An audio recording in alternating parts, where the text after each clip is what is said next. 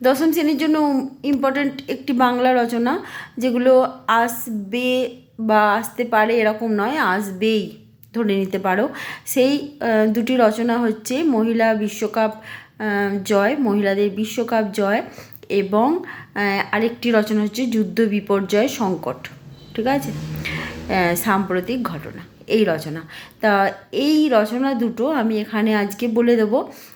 দেখো, সাবস্ক্রাইবার যদি বাড়ে তাহলে অবশ্যই আমি ওই রচনাগুলো পিডিএফ করে দেবো, সেক্ষেত্রে সকলেই পেয়ে যাবে। আজকে আমি রচনাটা বলে দিচ্ছি। রচনাটা হচ্ছে যুদ্ধ বিপর্যয় সংকট, এটা সাম্প্রতিক ঘটনা। ভূমিকা, ঠিক আছে, ভূমিকা। বর্তমান দিনে মানব সভ্যতা উন্নতির শিখরে পৌঁছেছে। পৃথিবীর গভীর রহস্য উদ্ঘাটন করে মহাকাশের রহস্য ভেদে বিজ্ঞানীরা ব্যস্ত হয়ে পড়েছেন। বুদ্ধিমত্তা প্রতিভা গুণে প্রতিনিয়ত সফল হচ্ছেন, কিন্তু তীব্র প্রতিযোগিতা ও উন্নত জীবনের হাতছানিতে তারা একে অপরের সাথে দ্বন্দ্ব লড়াইতে মেতে উঠেছে। প্রতিটি রাষ্ট্রই এখন সৌহার্দ্য ভুলে বিদ্বেষ শত্রুতার সম্পর্ক গড়ে তুলছে একে অপরের সাথে, যার পরিণাম যুদ্ধ। এবার যুদ্ধের ঘটনা পয়েন্টে আসি।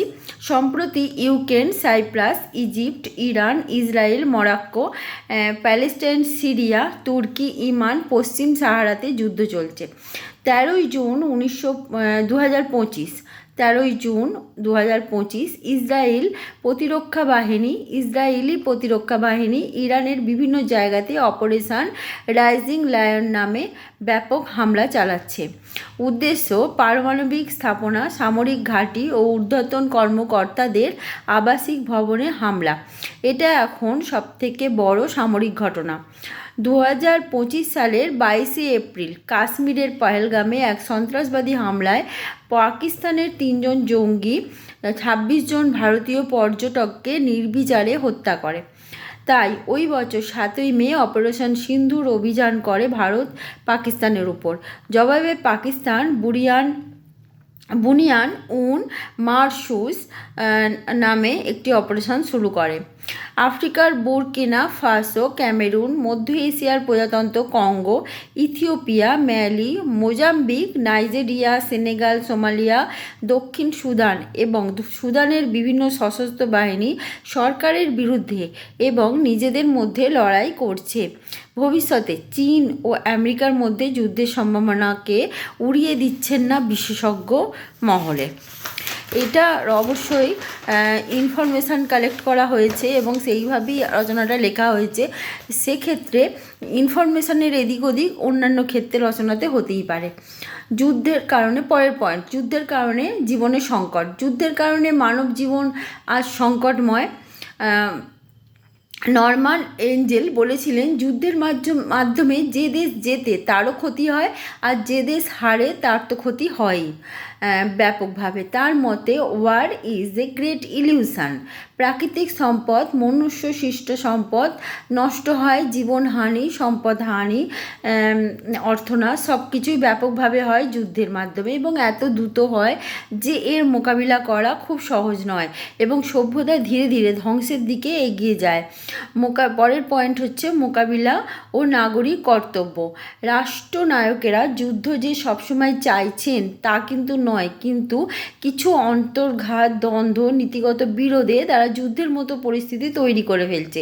এই অবস্থা থেকে পরিত্রাণ পেতে সর্বধর্ম নির্বিশেষে মানুষ ও পরিবেশকে বাঁচাতে, উন্নতি অব্যাহত রাখতে যুদ্ধের বিরুদ্ধে রুখে দাঁড়াতে হবে সবাইকে।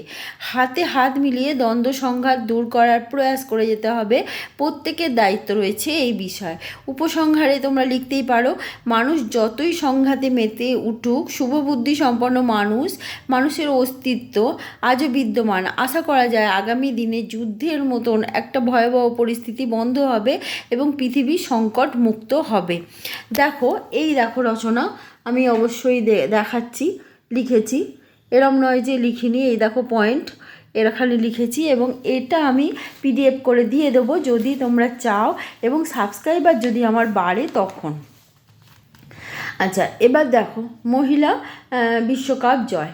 ভূমিকা, দীর্ঘ 52 বছর অপেক্ষার পর হরমোন প্রীত কৌর এর নেতৃত্বে প্রথমবার ভারতীয় ক্রিকেট দল 52 রানে দক্ষিণ আফ্রিকাকে হারিয়ে ক্রিকেট বিশ্বকাপ জয় করেছে। এ এক অবিস্মরণীয় ইতিহাস।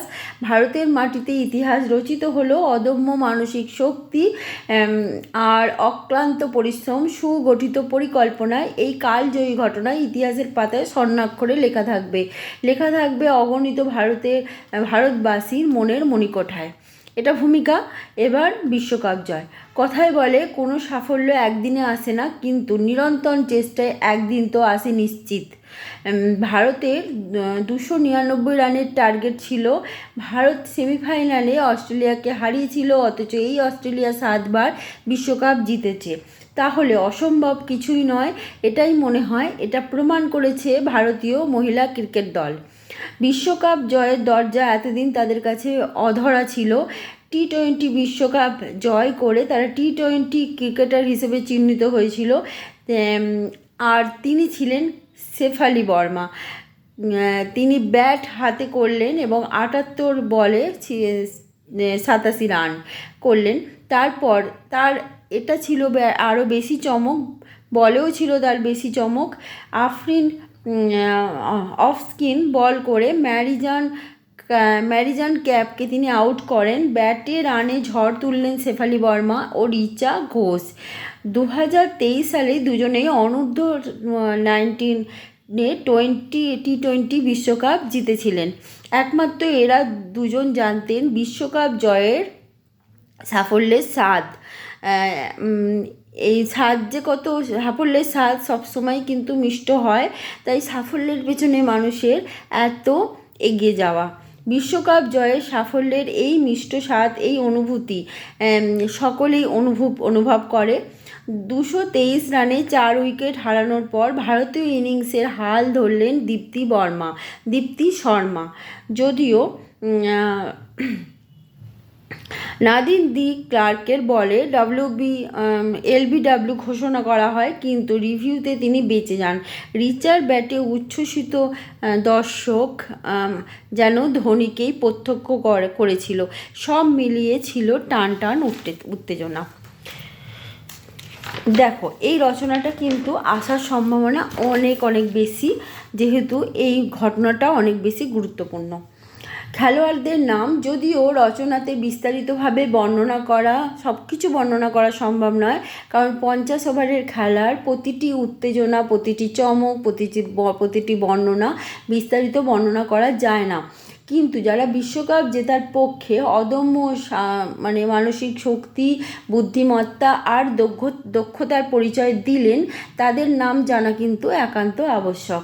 এরা হলেন হরমনপ্রীত কৌর, ক্যাপ্টেন শেফালি বর্মা, দীপ্তি শর্মা, স্মৃতি মন্ধানা, জেমিনি রুধিগ্রেস, পূজা বস্তকার, রিচা ঘোষ, রাজেশ্বরী গায়কোয়াড়, রেণুকা সিং এবং অন্যান্য। আচ্ছা, এর পরের পয়েন্টটা আমি রেখেছি অবিস্মরণীয় ক্রিকেট। দেখো রচনাটা। মহিলা ক্রিকেটে বিশ্বজয় এবং ঘটনা যারা স্টেডিয়ামে বসে প্রত্যক্ষ করলেন, তাদের কাছে এক কালজয়ী ঘটনা। এই কথাই বলেছেন ঝুলন গোস্বামী। যখন ম্যাচটি তিনি প্রত্যক্ষ করছিলেন, তখন তিনি দেখেন পুরো মাঠ নীল রঙে হয়ে উঠেছে। স্মৃতি, রিচা, মান্ধানা, শেফালি যখন রান করছে, দর্শক গ্যালারিতে উচ্ছ্বসিত হয়ে উঠেছিল এবং তারা চিৎকার করছিল। মেয়ে ক্রিকেটারদের প্রতি যেন তারা একাত্ম হয়ে যাচ্ছিল, তাদের জয়ের আনন্দে মেতে উঠছিল। উপসংহারে দেখো আমি লিখেছি, অনেকে মনে করেন মেয়েদের ক্রিকেটে এরপর থেকে আর পিছিয়ে পড়ার সম্ভাবনা নেই। ভারত এগিয়েই যাবে এবং তাদের এইভাবেই বিশ্বজয়ী মহিলা ক্রিকেট দল হয়ে উঠবে বারবার। দেখো, এই রচনা দুটো অনেক ইনফরমেশান কালেক্ট করে সুন্দর করে লেখা। তোমরা যদি পেতে চাও তাহলে অবশ্যই সাবস্ক্রাইবার বাড়লে চ্যানেলটা এস্টাবলিশড করবে এবং আমি তখন PDF এগুলো দিতে থাকবো।